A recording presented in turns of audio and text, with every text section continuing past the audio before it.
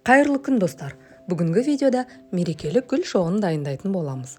Ол үшін экранда берілген өлшемдегі қағаз қималарынан видеода көрсетілгендегідей заготовкалар дайындап аламыз.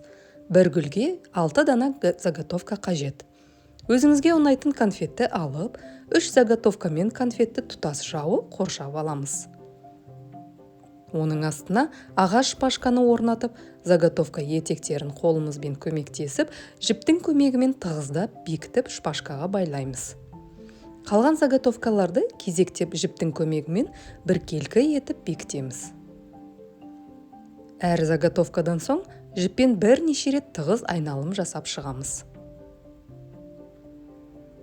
Кішкене жасыл қағаз қимасын алып, гүлдің негізі мен сабағын тұтастай жауып шығамыз.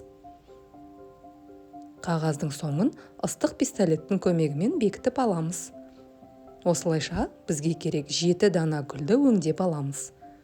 Пластик ыдысын алып, оны пенопласт бөліктерімен толтырамыз. Ыдыстың төменгі бөлігіне жасыл қағаз қимасын ыстық пистолет көмегімен жабыстырамыз. Тура осылай жоғарғы пенопласт бөлігіне де жасыл қағаз қимасын жабыстырып аламыз. Жұмыс барысында кедергі болмас үшін ыдыстың жоғарғы қатты бөлігін қайшының көмегімен қиып алып тастаған жөн. Ұзындығы ыдыстың диаметріне тең келетін жасыл қағаз бөлігін екіге бүктеп аламыз. Оны кішкене созып, ыдысымыздың жоғарғы жиектеріне ыстық пистолеттің көмегімен жабыстырып өңдеп аламыз.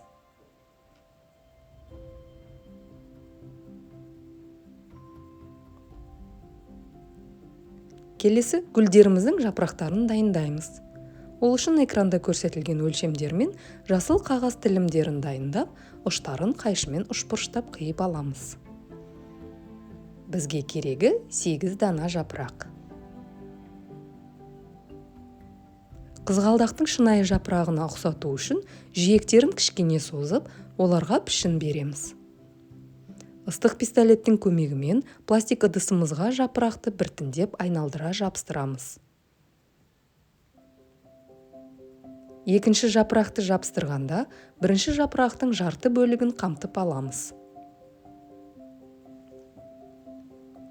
Ыстық пистолетпен жұмыс жасағанда ұқыпты әрі сақ болыңыздар. Осылайша ыдысымызға дайын гүлдерді біртіндеп орнатып шығамыз. Гүлдерді орнату барысында оларды сындырып аламын деп қорықпай, батыл әрі сеніммен орната берсеңіздер болады.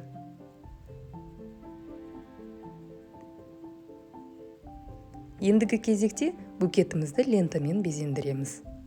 Өз талғамдарыңызға қарай әртүрлі лента қолдансаңыздар болады.